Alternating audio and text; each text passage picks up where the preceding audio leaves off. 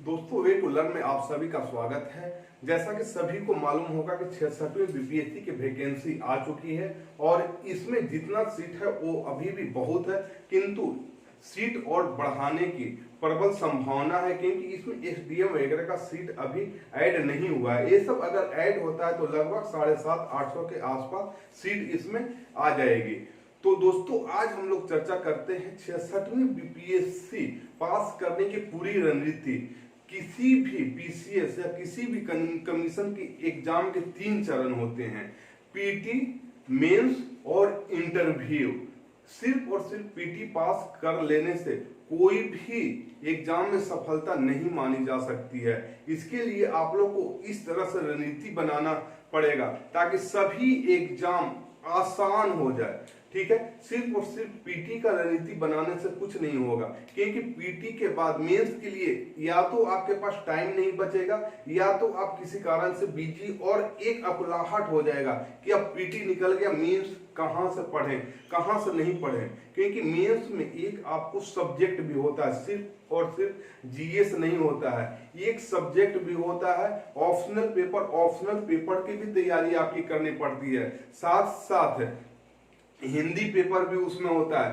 तो ये सब रणनीति पहले से ही बनाना पड़ेगा और ताकि मान लीजिए पीटी पास कर गए और पीटी का एग्जाम इस तरह से रणनीति आप लोग बनाइए कि एक सेफ स्कोर में आप लोग रह सकें। क्योंकि अभी तक 3 साल में आप लोगों ने देखा होगा कि कितना भी वैकेंसी आ गया, जैसे 1400 भी वैकेंसी आया था तो 1400 वैकेंसी में भी जो बीपीएससी का कटअप था 95 और 100 के बीच में ही रहता है।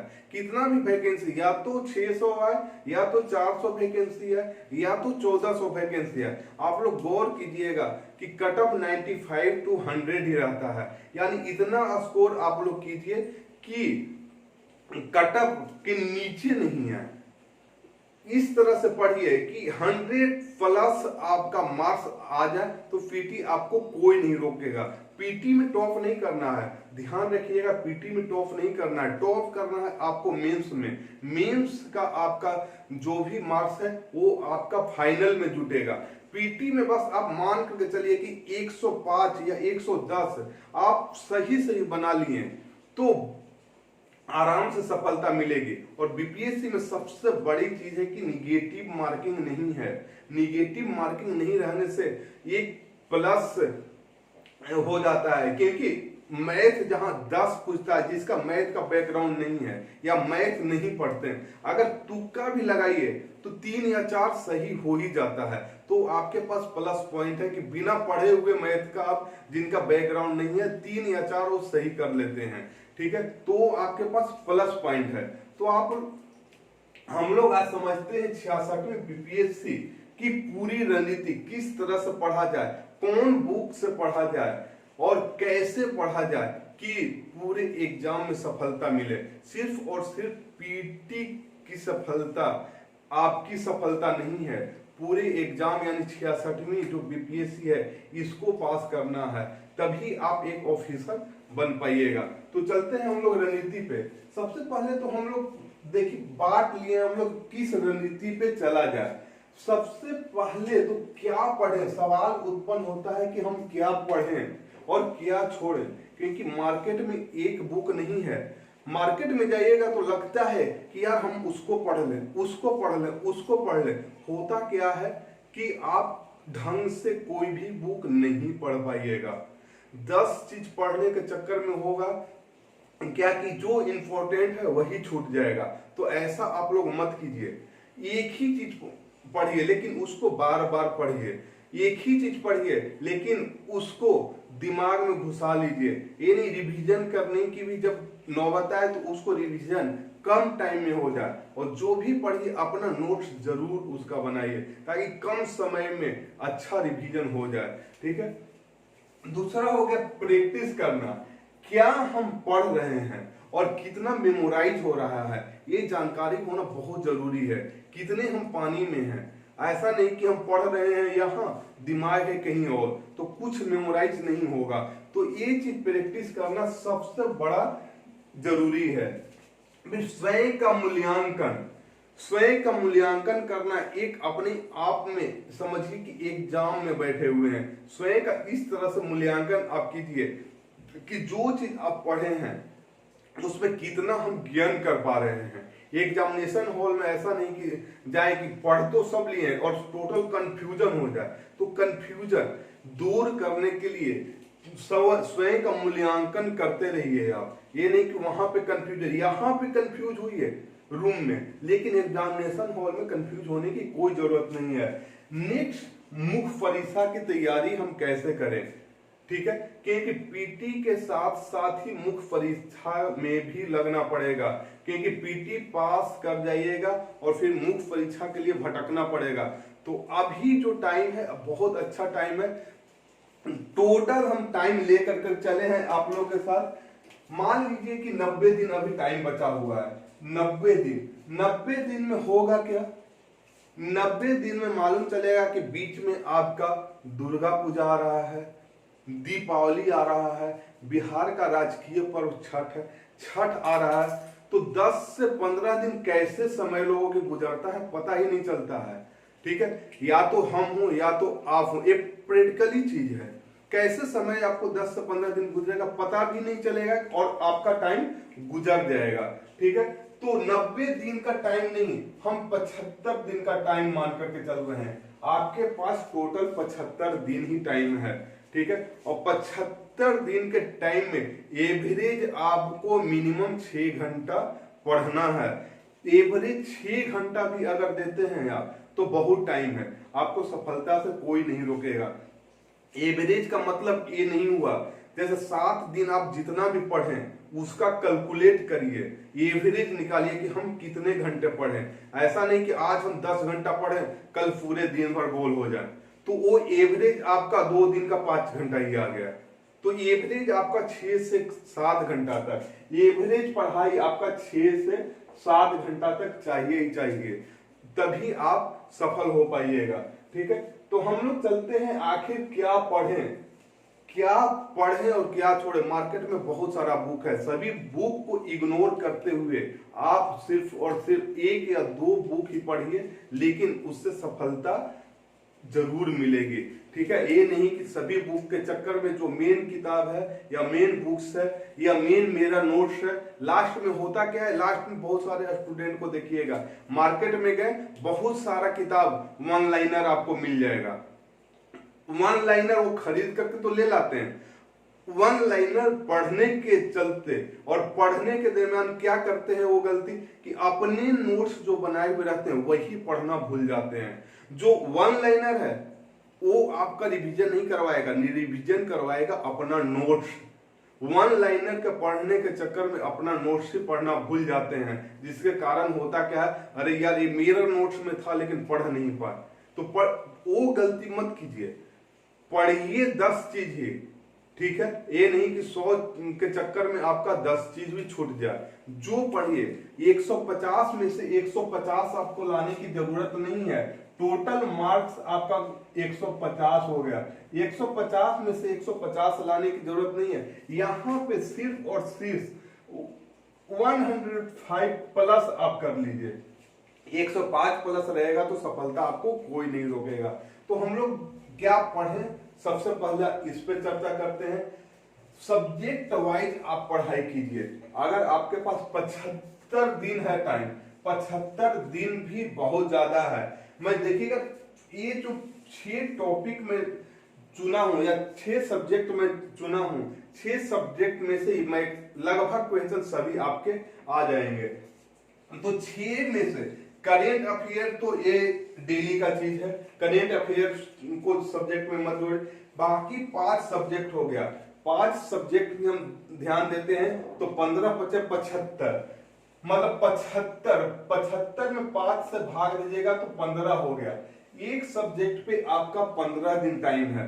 15 दिन टाइम यानी 15 इंटू अगर 60 पढ़ते हैं, 15 × 7 घंटा एवरेज पढ़ते हैं तो 7 × 35 5 8 85 घंटा आपका एक सब्जेक्ट पे पढ़ रहा है। लगभग 85 घंटा, 85 घंटा कम नहीं होता है। 85 घंटा आपको एक सब्जेक्ट पे पढ़ना है और 15 दिन टाइम आपका बच रहा है। एवरेज हम बोल रहे हैं 7 घंटा, ठीक है, 7 घंटा बहुत है पढ़ाई, ठीक है। तो सबसे पहले हम देखते हैं इतिहास। सबसे पहला हम कैलकुलेट करते हैं कि कौन से सब्जेक्ट से कितना क्वेश्चन पूछा जाता है, किस पे हमको ज्यादा फोकस करने की जरूरत है। तो पिछले साल का क्वेश्चन आप लोग देखिएगा, तो इतिहास से लगभग आपका 30 प्लस 5 या प्लस माइनस, यही 2-4 प्लस या माइनस आपका आते रहेगा। मतलब लगभग आप मान करके चलिए कि 30 क्वेश्चन हर हालत में इतिहास से आना ही है। भूगोल 15 क्वेश्चन आपका आना ही है। प्लस माइनस इसी में 2-4 होगा, अलग की बात है, लेकिन लगभग आपको इतना क्वेश्चन आना ही है। राज्य व्यवस्था यानी पॉलिटी 15 क्वेश्चन आना ही है। विज्ञान यानी साइंस से लगभग 20 क्वेश्चन आना ही है। प्लस माइनस 2-4 हो, अलग की बात है। जब इधर प्लस माइनस होगा, मान लीजिए भूगोल से माइनस कर देगा तो इतिहास में उसको जोड़ देगा, इतना आना ही है। बिहार से लगभग 15 क्वेश्चन आता है, बिहार रिलेटेड जीएस से। करेंट अफेयर से 30 क्वेश्चन आता है, ठीक है। और गणित से और रीजनिंग से फिक्स से 10 क्वेश्चन आता ही है। तो गणित और रीजनिंग जो है अलग से आपको कोई पढ़ने की जरूरत नहीं है। सिर्फ और सिर्फ जिनका बैकग्राउंड है वो तो सही है कि 10 में से 10 सही कर देंगे वो, या 10 में से 8 या 9 वो सही कर देंगे जिनका बैकग्राउंड है। किंतु जिनका बैकग्राउंड नहीं है उनको पढ़ने की कोई आवश्यकता नहीं गणित और रीजनिंग के। वो क्या करेंगे, तुक्का भी लगा देंगे तो 3 से 4 क्वेश्चन आपका सही हो ही जाएगा, ठीक है। तो उसमें आप तुक्का लगाइए आराम से। जिनका बैकग्राउंड नहीं है वो आपके पास प्लस पॉइंट हो जाएगा। और अन्य से आपका आता है 15। अन्य जैसे बिहार जीएस हो गया, इन्वायरमेंट हो गया, बहुत सारा चीज होता है, उससे 15 क्वेश्चन के आसपास आ जाते हैं। तो ये हम लोग क्वेश्चन देखेंगे कितना।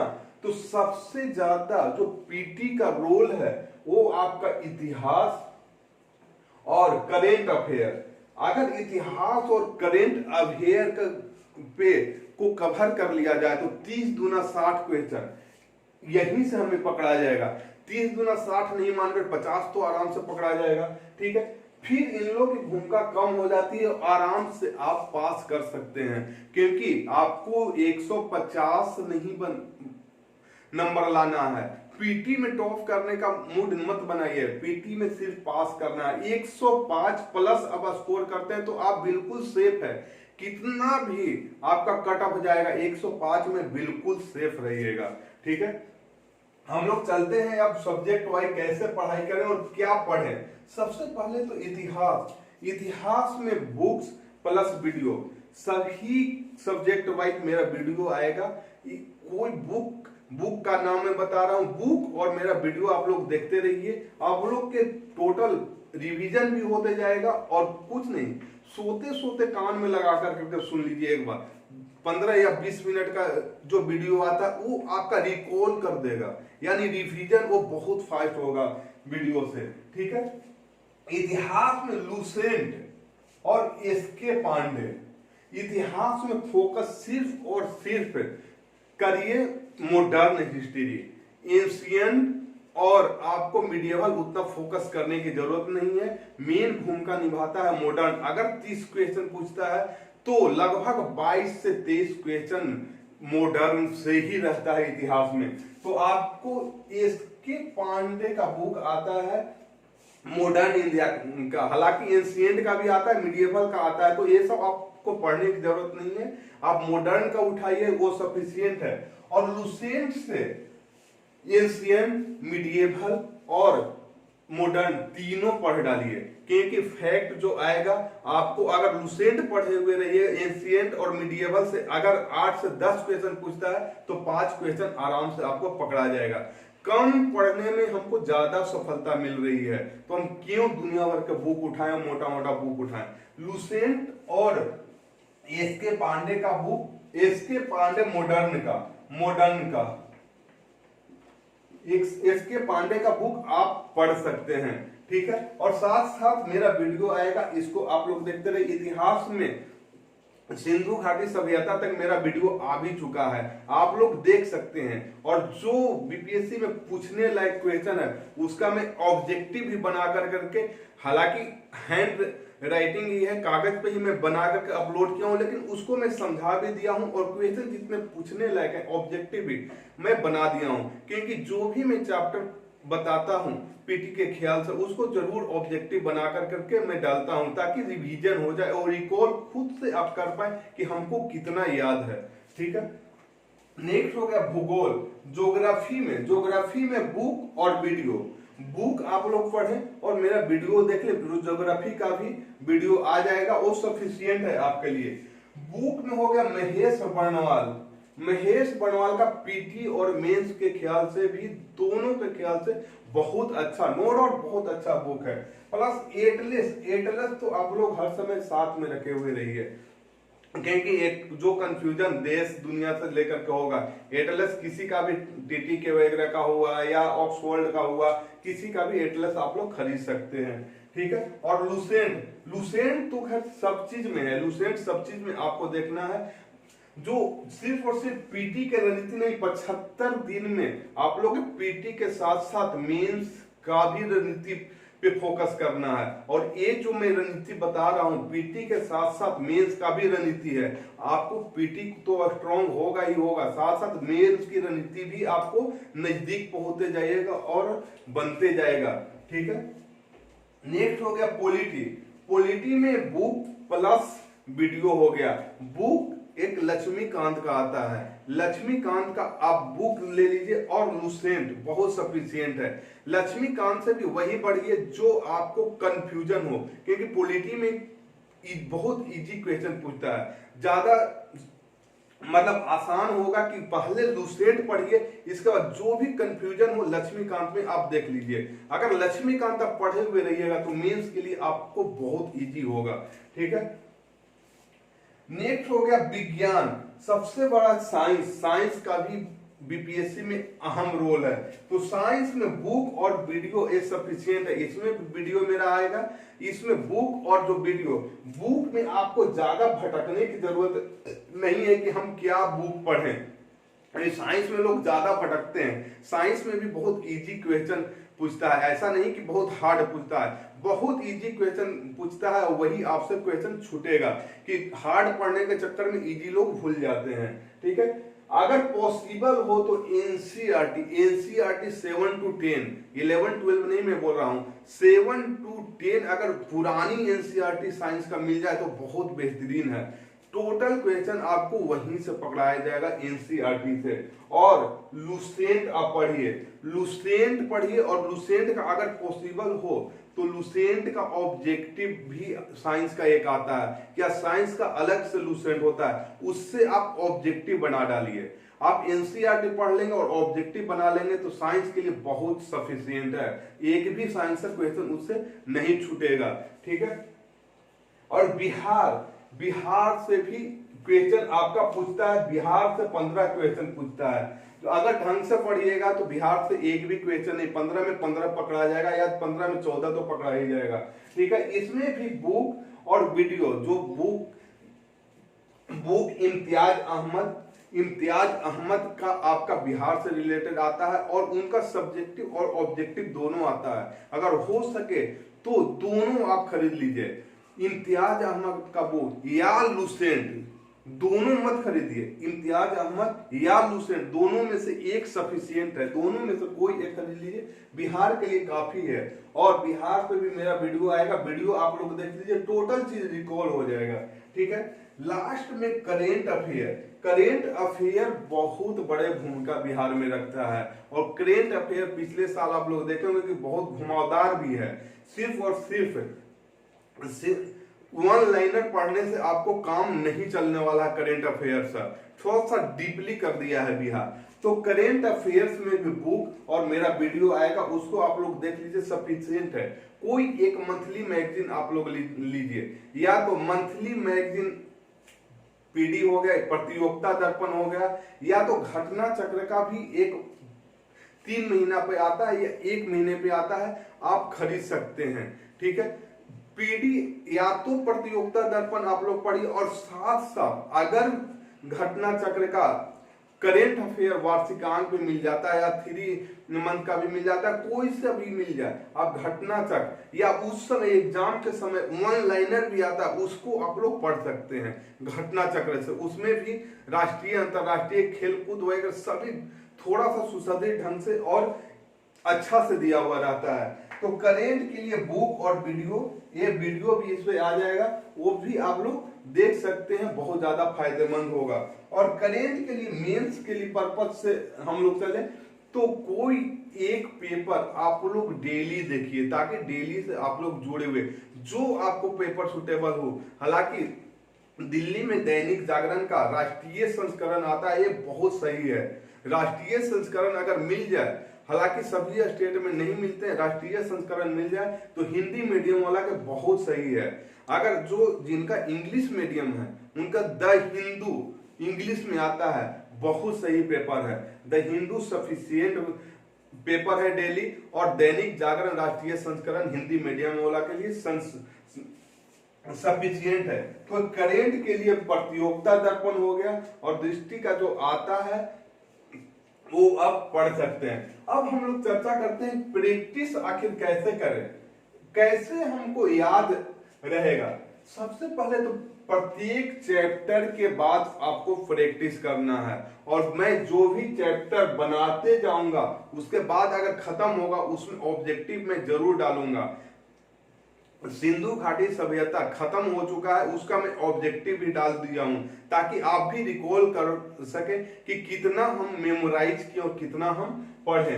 ठीक है, चैप्टर वाइज चैप्टर आप जरूर प्रैक्टिस करें। जो भी चैप्टर आप मान लीजिए कि हिस्ट्री पढ़ रहे हैं, आपको वैदिक काल खत्म हुआ तो वैदिक काल का जरूर प्रैक्टिस करिए आप लोग। ये नहीं कि उसको पढ़ करके आगे पढ़ना, प्रैक्टिस जरूर करिए कितना हम रिकॉल कर पा रहे हैं, जो नेक्स्ट टाइम हमको पढ़ना है वो कैसे पढ़ना है, ये आप पे डिपेंड करेगा।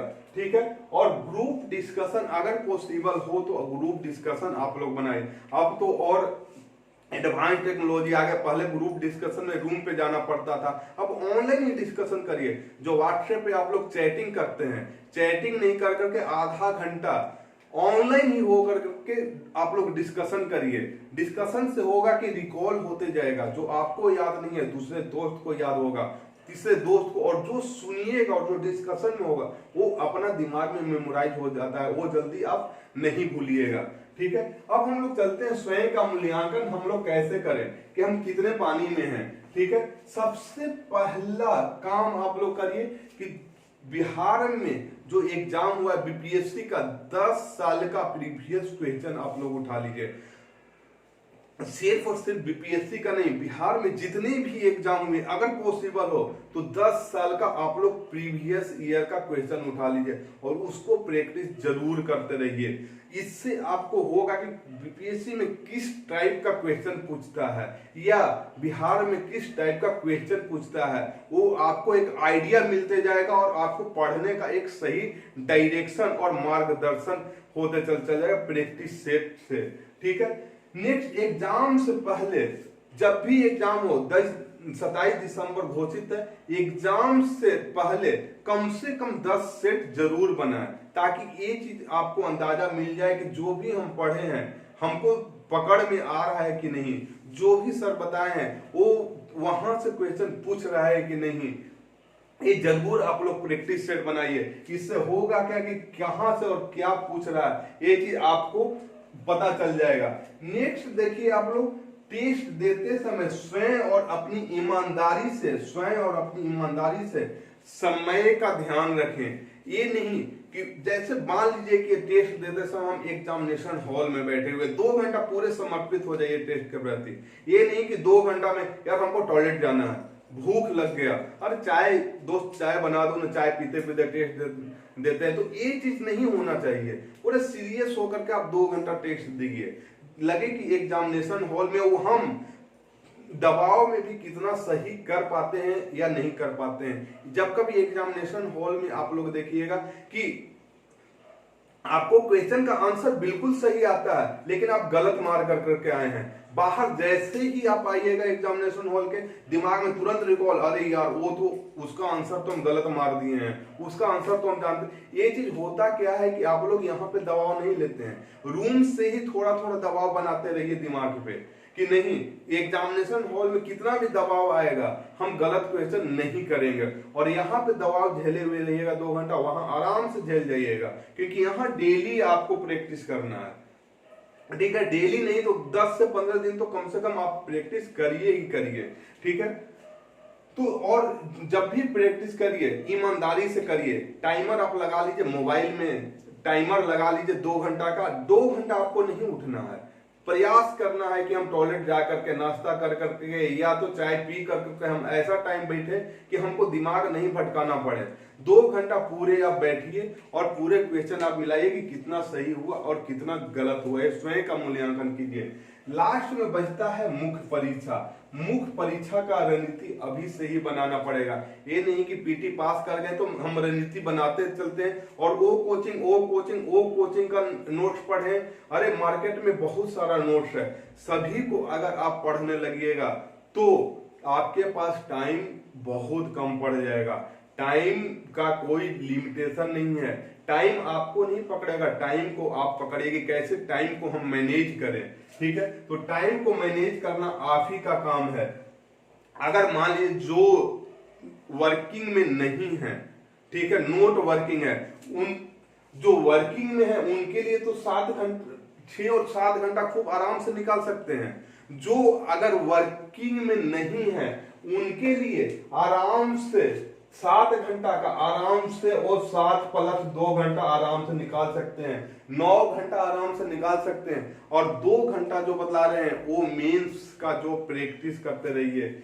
मेंस का कुछ नहीं करना है, सबसे पहले तो आप नोटिफिकेशन में या कहीं से बीपीएससी के साइट पे मेंस का सिलेबस निकालिए, सिलेबस को समझने का प्रयास कीजिए, सिलेबस कैसा और सिलेबस क्या क्या है, क्या क्या मेंस में पूछता है। दूसरा, प्रीवियस ईयर का क्वेश्चन को बार बार पढ़ने का प्रयास करें और समझने का प्रयास करें कि क्वेश्चन बीपीएससी में किस टाइप का मेंस में पूछता है। ये नहीं कि डायरेक्ट हम एग्जामिनेशन हॉल में क्वेश्चन पढ़े कि यार इस टाइप का क्वेश्चन, सिर्फ पढ़ते जाने से कोई मतलब नहीं है। पढ़ने के साथ साथ एक आइडिया भी मिलना चाहिए कि किस टाइप का क्वेश्चन पूछता है और हम किस गति में पढ़ रहे हैं और किस डायरेक्शन में पढ़ रहे हैं। ये चीज बहुत ज्यादा इंपॉर्टेंट है। ठीक है, राइटिंग करने का आप प्रयास करें क्योंकि राइटिंग ऐसा चीज है कि आप सोचिएगा कि हम मेंस में डायरेक्ट जाकर के वहां लिख ले, ये पॉसिबल नहीं है। अगर हो सकता है कुछ भी मिले, कुछ भी क्वेश्चन फॉर्म अपने से ही कर लीजिए। जैसे अभी मेंस का मैं YouTube पर बहुत सारा वीडियो में डाल चुका हूं जो 65वीं बीपीएससी के लिए है। मेंस के लिए आप देखें और मेंस के लिए हो सके तो आप राइटिंग बैठे बैठे आप सोचिए, क्वेश्चन फॉर्म कीजिए या प्रीवियस ईयर का क्वेश्चन देखिए। मान लीजिए बिहार में बाढ़ के कारण और प्रभाव पूछे या अपने सुझाव दीजिए कि बाढ़ को रोकने का क्या सुझाव है। अपने से दिमाग पर जो डेली न्यूज आ रहा है या मेरा वीडियो देखिएगा, अपने से कॉपी पर क्वेश्चन लिखिए और आंसर लिखने का प्रयास उसका कीजिए। ठीक है, या तो प्रीवियस ईयर के क्वेश्चन को भी आप लिखने का प्रयास कीजिए। नेक्स्ट हो गया करेंट और विषय पर स्वयं नोट्स बनाएं। ये सबसे ज्यादा इंपॉर्टेंट है।